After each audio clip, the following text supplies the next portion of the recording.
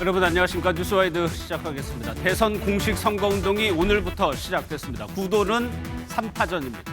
굳건히 선두를 지키고 있는 이재명 후보와 역전을 노려야 하는 김문수 후보, 또 국민의힘 내용 사태를 계기로 존재감을 키우는 이준석 후보까지 이제 본격적인 막이 올랐습니다.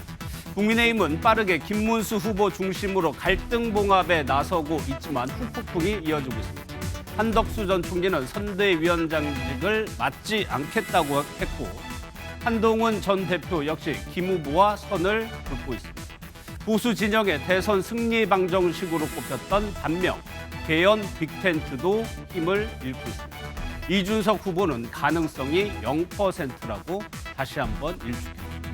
김문수 후보에게는 당내 화합은 물론 중도층 확장이라는 두 가지 과제가 놓여 있습니다. 먼저 주말 내내 숨가쁘게 움직였던 국민의힘 상황을 영상으로 준비했습니다.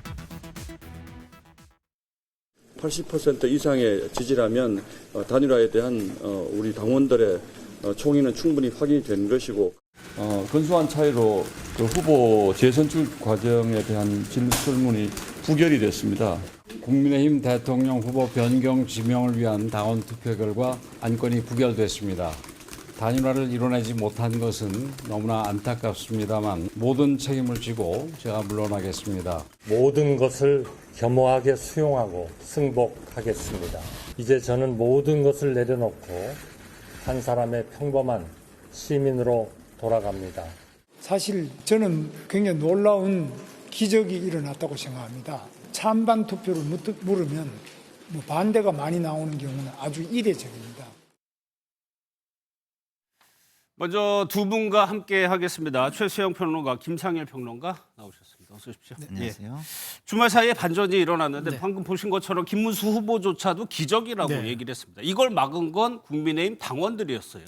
뭐가 당원들은 안 된다고 생각했을까요? 그러니까 당원들이 그 앞선 투표, 그러니까 그 후보 단일화가 필요하냐고 묻는 질문에는 80%가 넘게 압도적으로 그렇죠. 필요하다고 했잖아요. 예. 그럼 단일화가 필요하다고 한 사실상의 그 조건절에 대한 질문의 함의는 한덕수가 되겠냐는 그 질문이 내포돼 있다고 보는 게 그게 아마 합리적일 겁니다. 예. 그런데 정말 여기에 대해서 그러면 김문수를 교체해야 되냐라고 물으니까 그건 안 된다고 얘기한 거 아닙니까? 그건 안 된다. 그건 안 된다고 예. 한 거잖아요. 자, 그러니까 여기서 뭐가 있었냐면은 실리나 어떤 그 실용 면에서는 당의 입장이 충분히 이해되지만 그렇다고 대의민주주의를 실용하는 정당에서 예. 어떻게 세 차례에 걸쳐서 선출된 후보를 그렇게 하루아침에 내쫓듯이 할 수는 없는 것이다. 예. 아무리 목표가 좋아도 명분과 과정이 없으면 안 된다고 당원들이 집단지성을 좀 발휘했다고 봐요. 예. 그런 측면에서 저는 오히려 이 정말 마지막까지 정치의 사법으로 끌려가고 있는 이 부분을 당원들이 마지막 집단지성을 통해서 방파제로 막아줬다.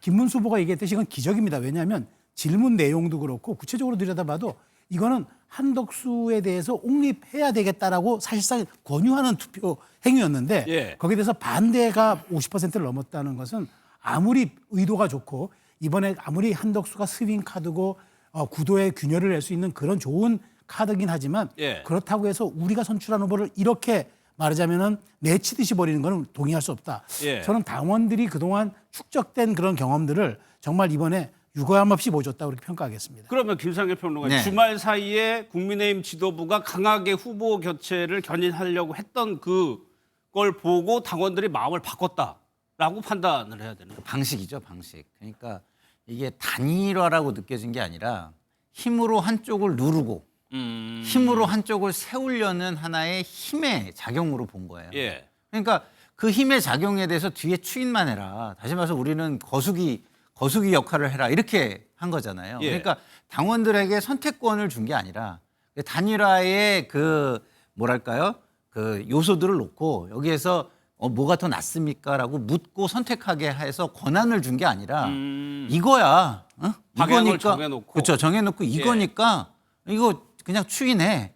거수기해. 이런 거예요. 예. 굉장히 자존심 상하죠. 그리고 이성적으로 생각할 때 그렇게 했을 때 그게 단일화로 중도층에 여겨질 것이냐, 그리고 그게 효과가 있을 것이냐, 그리고 이후에 후폭풍도 분열상으로 가지 않지 않겠냐, 예. 이런 생각들이 당원들한테 있었을 거라고 저는 생각이 들고요. 예. 뭐 국민의힘 당원들이 뭐 정치적인 수준이 꽤 높다라는 것을 좀 보여준 것이죠. 예, 그래가지고 이번에 조사 문구를 보면은 한덕수 후보자가 아예 문구에 들어가 있습니다. 한덕수 후보자로 변경해서 지명하는 것에 대해서 어떻게 생각하십니까?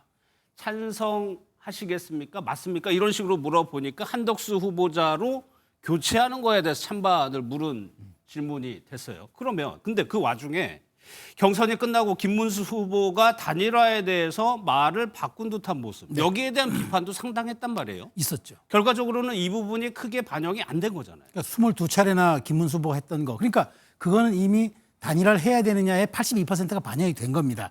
네. 당신도 22번 얘기했고 우리도 단일화가 꼭 필요해.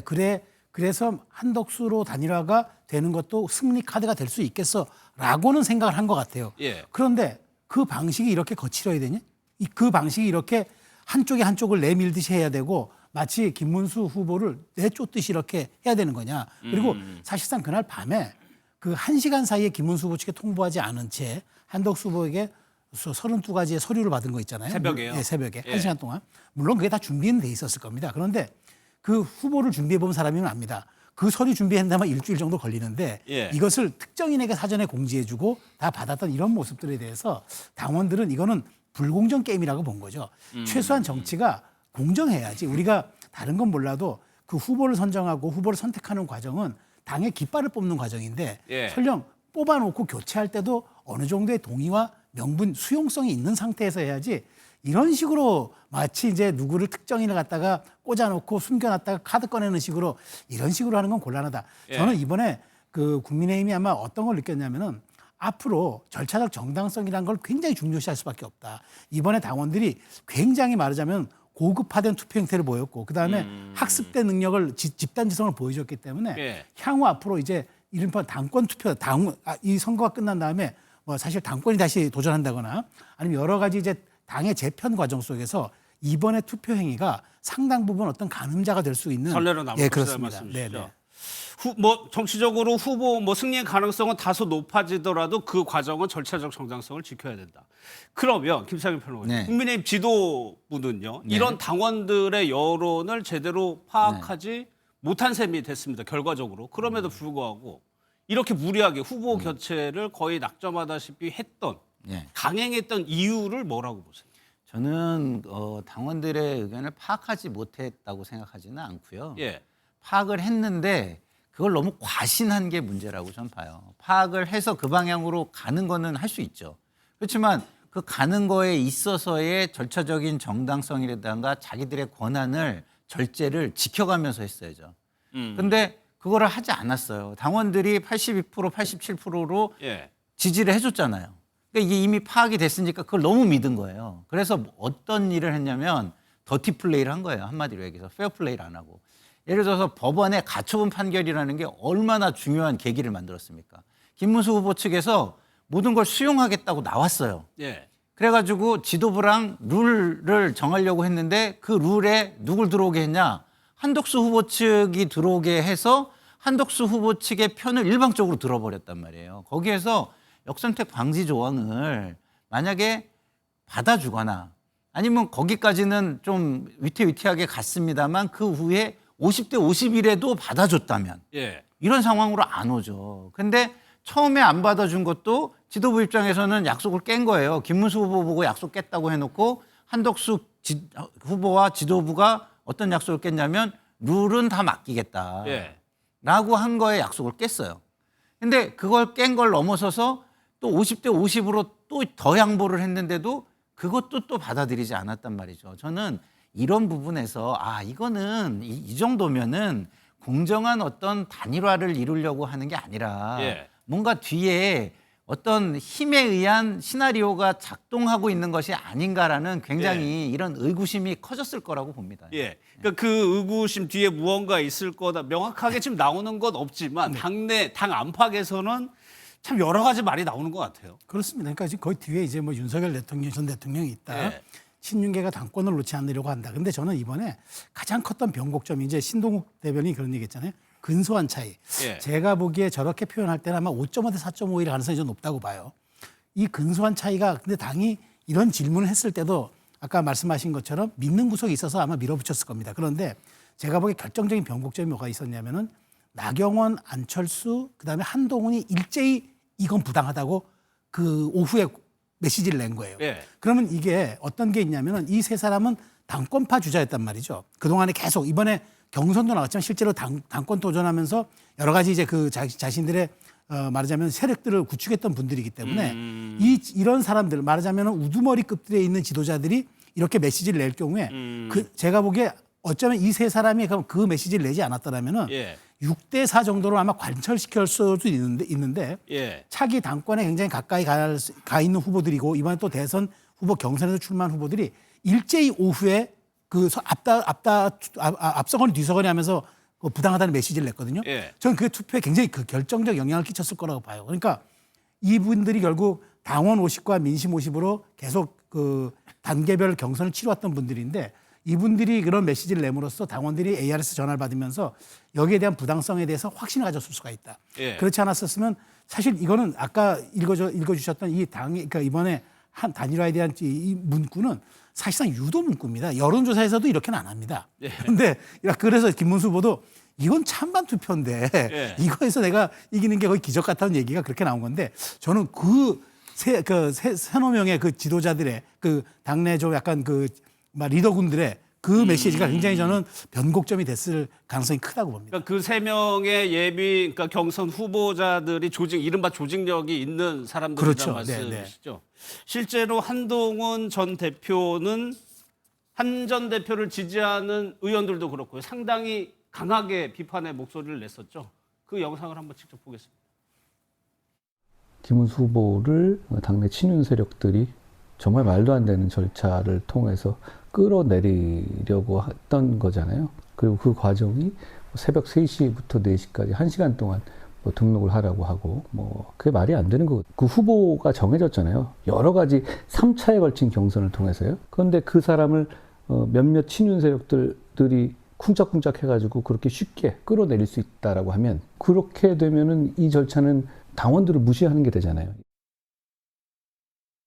한동훈 전 대표도 그렇고 앞서 말씀드린 나경원 의원, 안철수 의원도 비판의 목소리를 냈고 홍준표 전 시장도 비판적인 시각을 가지고 있었고 그러니까 당 지도부의 방향과 이른바 그 당내 경선 후보들의 임중이 완전 정반대로 갈렸었던 거예요. 근데 그게 갈린 이유는 전 이런 거라고 생각해요. 처음에는 목소리가 이렇게 크지 않았거든요. 예. 그거는 누가 봐도 김문수 후보보다는 한덕수 후보가 조금 더 경쟁력이 있어 보였어요. 예. 근데 이 과정을 거치면서 그 경쟁력까지도 다 부서지는 과정이 되는 거예요. 왜냐하면 김덕수 후보의 플러스가 돼야 경쟁력이 증가하는 거죠. 예. 근데 한덕수 후보를 함으로써 김문수 후보와 관련된 모든 사람들이 빠져나가 버리면 오히려 이게 마이너스가 되는 겁니다. 예. 그 김문수 후보 혼자 나갈 때보다도 더 마이너스가 될 수 있는 상황이 되는 거예요. 그거를 정치를 오래 해본 나경원 의원이나 좀 이렇게 좀 중진급 의원들은 그거를 인지를 한 거죠. 이렇게 분열적으로 가서는 안 되니까 예. 우리가 좀 메시지를 내서 마지막 시도를 해보자. 그래서 나온 게 50대 50이에요. 근데 저는 이 50대 50이라는 거는 정치를 오래 하신 분들의 정치력이 상당히 보여진 장면이라고 좀 보거든요. 예. 근데 그 50대 역선택 방지 조항 50% 이렇게 반씩 적용하는 샘플에 반반씩만 적용하는 이거마저도 한덕수 후보 측의 대리인이 안 받았다. 저는 이 부분이 저는 굉장히 많은 뭐랄까요? 네. 사람들에게 굉장히 한덕수 후보 측이 옹졸하고 그리고 비겁하고 그러면서 김문수 후보를 약속을 안 지키는 사람이라고 비난했던 그 비난을 그대로 받아야 되는 사람이고 이렇게 예. 보였다고 봐요. 그래서 이런 것들이 복합적으로 한덕수 후보로는 안 되겠다.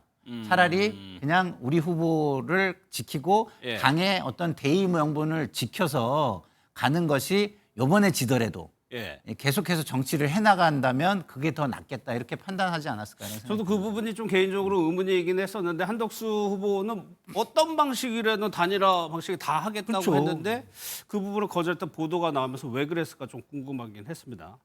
그러면 이 와중에 김문수 후보의 버티기 이른바 김문수 계속적으로 후보가 된 이후로 일단은 약간 입장이 선회한 듯했지만 그 입장을 8일간 꿋꿋하게 지켜왔습니다. 결국에 김문수 후보가 승리한 거잖아요. 그러니까 저는 여기에서 이제 우리가 흔히 이제 이런 얘기를 하지 않습니까?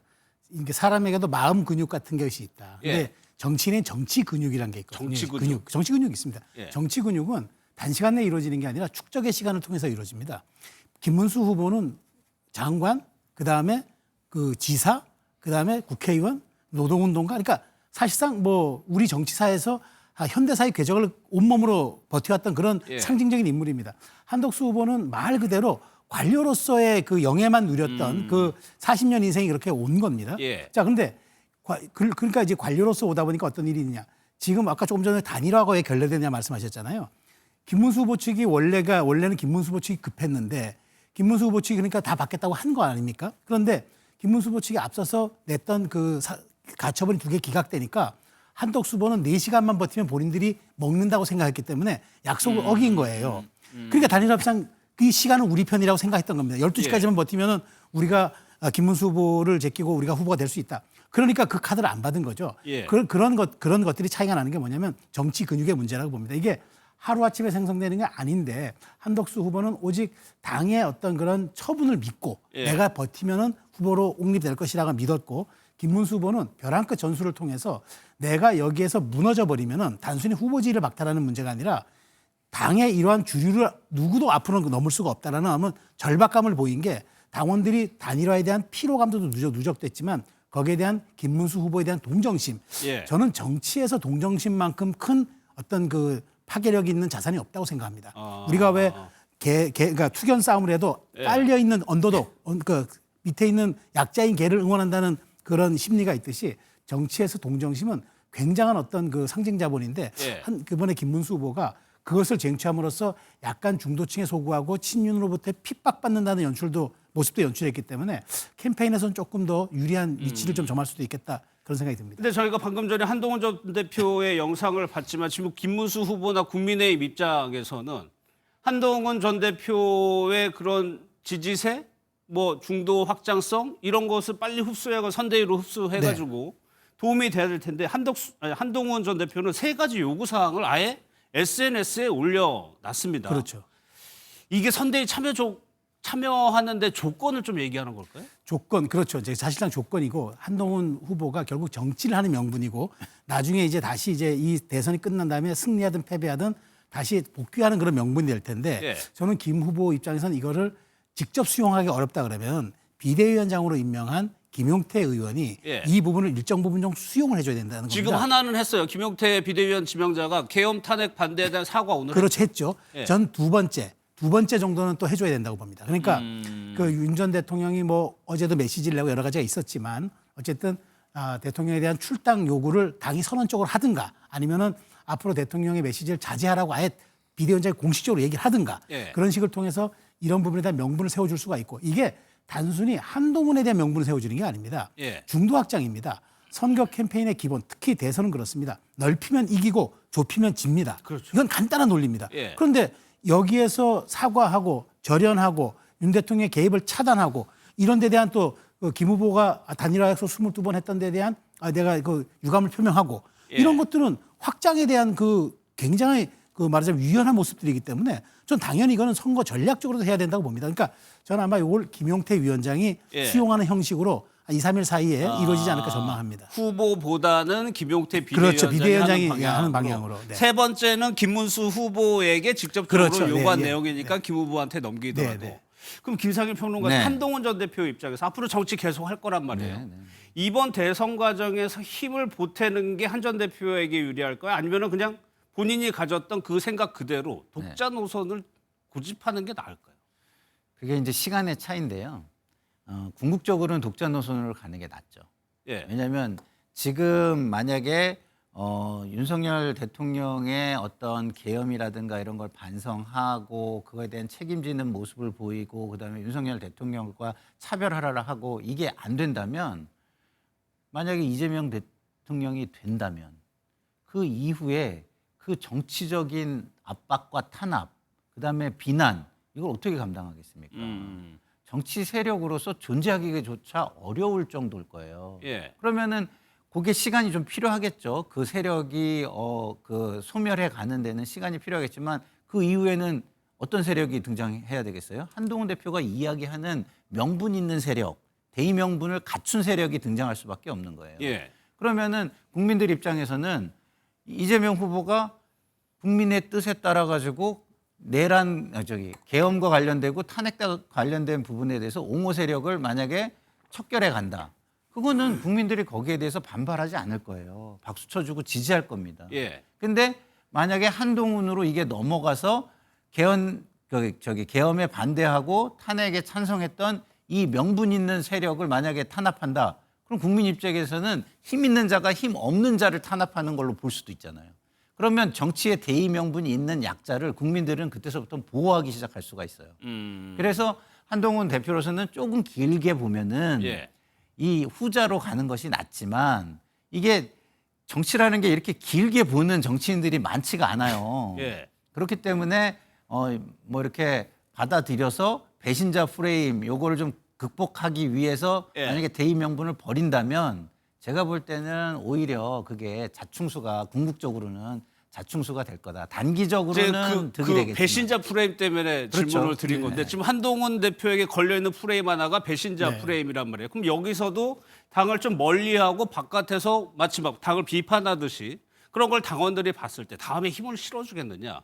그 부분에 대한 고민은 없을까요? 할 겁니다. 그러니까 제가 보기에 이제 오늘 선거운동이 시작했고 예. 이제 3주간의 캠페인을 이제 벌이잖아요. 근데 이제 실질적으로 이제 한동훈 후보가 할 수 있는 일은 여기서 팔짱 끼고 보면은 당인으로서는 할 도리가 아닌 거죠. 어쨌든 당의 공식 후보로 선출된 거고 예. 본인이 요구한 것은 정치적인 선언인 거지 본인은 당의 입장으로서 당인으로서는 자신들이 이제 그 뽑은 후보를 지원하는 게 당연한 겁니다. 왜냐하면 승복선언도 한 데다가 더더군다나 뭘 있냐면 우리가 당이 어려울 때 당을 해야 하는 경우는 해당 행위라 그러잖아요. 예. 그 윤리 제소도 하지 않지 않습니까? 이건 해당 행위는 아니지만 최소한 당 대표를 나중에 또 할 수 있는 사람이 여기에 대해서 당이 어려울 때 팔짱 끼고 본다라는 건 이거는 사실상 공적인 의무를 다하지 않는 거거든요. 예. 그런 점에서 저는 할 거라고 보는데 명분을 걸어서 아마 한두 개가 반영되면은 아마 할 겁니다. 한동훈 후보가 강점이 있는 이른바 중수청, 중도 예. 수도권 청년 쪽에 어떤 역할을 제가 할 거고 김문수 후보가 재차 또 간곡히 요구하는 그런 퍼포먼스도 저는 할 거라고 생각을 합니다. 그런 것도 필요하겠죠. 예, 그렇죠. 예. 그래서 저는 한동훈 후보가 결국 참여하게 될 거라고 보고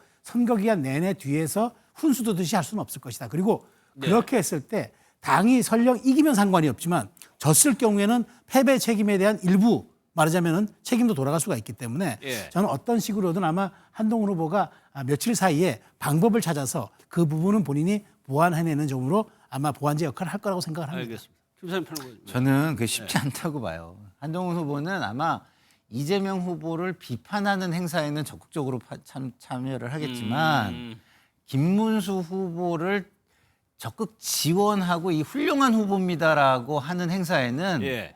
참여하기가 쉽지 않을 거예요. 왜냐하면 명분이 없잖아요. 같은 유세차에 올라타가지고 우리 후보가 이렇습니다, 훌륭합니다.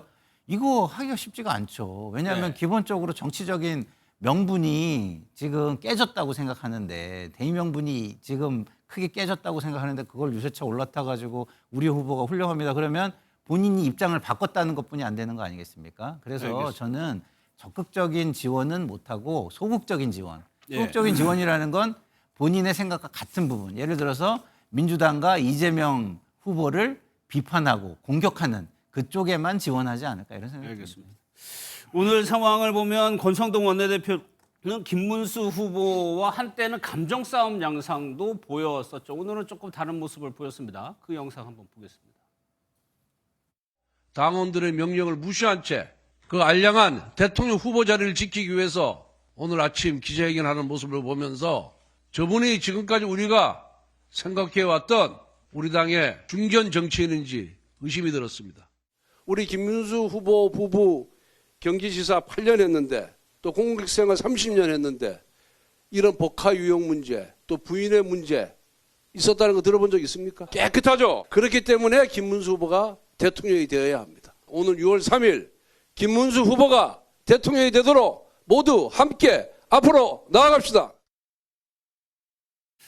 알량한 후보직 지키려는 김문수 후보라고 폄훼 발언하기도 했었는데 오늘 뭐 당연한 겁니다. 이제 네. 선대위로 이제 선거 운동을 해야 되기 때문에 저렇게 얘기하는 거는 그럴 수 있는데 지도부 책임론에서 이른바 쌍권이라고 언론에서는 표현을 네. 했어요. 근데 권영세 비대위원장만 이제 사퇴를 했단 말이에요. 권성동 원내대표가 그 자리에 있다는 거는 어떻게 해석을 해야 되는 거예요? 그러니까 이거는 이제 제가 보기 고육지책입니다. 지금 바꾸잖아요. 바꾸면은 이게 원내대표는 지명하는 자리가 아니라 의원총회를 모아가지고 후보를 투표하듯 그렇죠. 선출하는 현역 거잖아요. 의원들이 뽑는 거죠. 거잖아요. 예. 지금 한시가 급한데 의원들 다시 또 국회의사당에 모읍니까? 모아서 콩클라베식으로 계속해서 최다 득표 나올 때까지 또 하면은 물론 뽑히겠죠. 예. 뽑히지만 지금 그렇게 소모전 벌일 때가 아니잖아요. 첫 번째 이유가 그거 같고 두 번째 이유가 김 후보가 끌어안는다는 통합의 메시지 차원에서 아마 한 것 같아요. 그래서 내가 용광로 선대위를 꾸리겠다는 시그널을 보낸 거고 친윤도 끌어안겠다 이렇게 보여준 것 같은 두 번째 행보고요. 세 번째는 이것도 있다고 봅니다.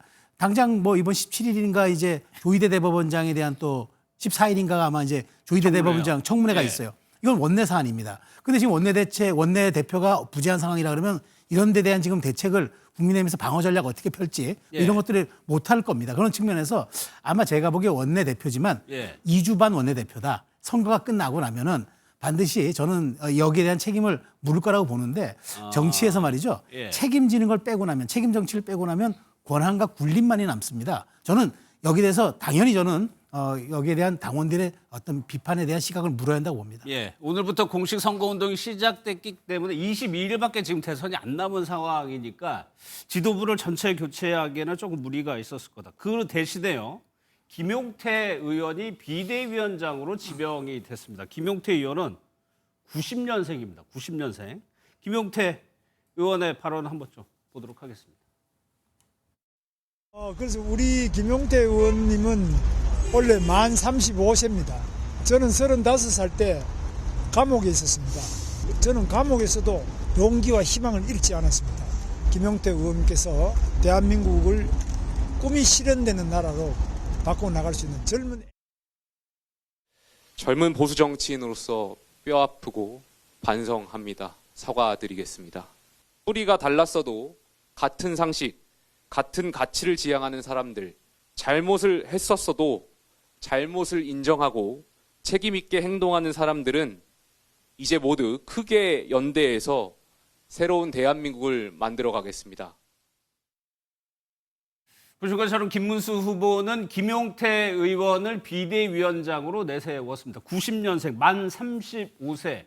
국민의힘 의원 중에 가장 젊다고 하는데 김사표 이런 구성 그러면서 김용태 의원이 아까 저희가 짚어드렸지만 계엄이나 이 부분에 대해서 사과하고 반성한다고 첫 일성을 내놨거든요. 네네. 이 구성 어떻게 보셨어요? 그러니까 일단은 김문수 후보 입장에서는 급하니까 한 거예요. 급하니까 많은 걸 한 거죠. 예. 권성동 의원도 그대로 했어요. 왜? 그거는 뿌리가 같으니까. 친윤 뿌리가 기본적으로 같잖아요. 오히려 친윤이 김문수 후보를 좀 이용하려다가 되치기를 당한 거지 뿌리는 같은 거예요. 어디가 주류였냐 이 차이만 있었던 건데 주류가 권성동 의원과 권영세 의원이었었다면 지금은 약간 주류가 김문수 후보 쪽으로 좀 넘어온 거 이 차이만 있는 거지 예. 뿌리는 같은 겁니다. 근데 김용태 의원 같은 경우는 그렇지는 않죠. 이게 탄핵과 관련돼서는 조금 주저하긴 했지만 계엄과 관련해서는 김용태 후보는 이건 잘못됐다. 잘못을 반성해야 된다. 이렇게 얘기를 하고 있어요. 근데 김문수 후보도 거기에 동조를 할까요? 예? 지금 그렇지 않을 수 있거든요. 예. 그래서 지금 본인이 이미지를 보완하기 위해서 김용태 의원을 액세서리로 쓸 수 있다고 판단하고 저는 그 자리에 앉힌 거라고 보는데 예. 김용태 의원이 자기 생각을 저렇게 소신 있게 만약에 밀고 나가겠다라는 생각을 한다면은 저는 선거운동에서 상당한 엇박자가 예상됩니다. 그렇잖아요. 예. 그러면 기자분들이 뭐 얼마나 열심히 일하십니까? 저거 물어보지 않겠어요? 지금 대표 비대위원장의 생각과 후보의 생각이 지금 같은 겁니까? 예. 다른 겁니까? 그럼 유권자들은 누구의 말을 믿고 지금 판단을 해야 되는 겁니까? 등등을 물어보겠죠. 예. 그럼 그게 엇박자가 나기 시작할 거라고 날 말이에요. 것이다. 그러니까 예. 저도 그 얘기 아까 계엄에 사과하고 반성하는 이 부분을 비대위원장이 밝히고 후보 이제 별개로 투트랙을 말씀하셨는데 이제 후보가 유세를 하고 다니면 분명히 기자들이 이 얘기를 묻습니다. 비대위원장은 이렇게 하는데 후보는 이 부분에 대해서 어떻게 생각하느냐에 대해서 물을 텐데 아직까지 기사가 안 나오는 거 보면은 발언을 안 한 것 같아요, 후보가. 거기서 엇박자 가능성 어떻게 해요? 저는 그렇게 되면 다 대답은 딱 하나 같습니다. 예. 김 후보 입장에서는 당의 뜻을 존중한다라고 얘기하면 됩니다. 그러니까 거기서 본인의 생각보다도 예. 사실상 그 후보는 당의 깃발이거든요. 깃발이기 때문에 당이 정한 데 따라서 깃발을 들고 나서는 겁니다. 그러니까 저는 비대위원장을 그래서 김용태 의원을 시킨 이유가 바로 거기에 있다. 그런데 제가 오늘 어느 보도를 보니까 예. 김용태 위원장에게 굉장히 권한을 줬는데 이런 얘기를 했다고 합니다. 대선이라는 거는 변화의 수용성을 보여주기 아주 좋은 기간이다. 왜냐하면 이 기간을 통해서 당의 혁신과 체질 개선을 이룰 수가 있다는 취지의 얘기를 했다는 겁니다. 예. 그러면서 전권을 부여하겠다라고 얘기했다는 거죠. 그렇다면은 후보가 우선이냐 비대위원장이 우선이냐 일종의 말하자면 서열 논란이 있을 수 있지만 결국 저는 이 두 사람이 다른 목소리를 명시적으로 내지 않는 한 한마디로 얘기해서 존중해 준다면 끝입니다. 그렇기 예. 때문에 저는 이 부분 특히나 김문수 후보도 이렇게 생각할 겁니다.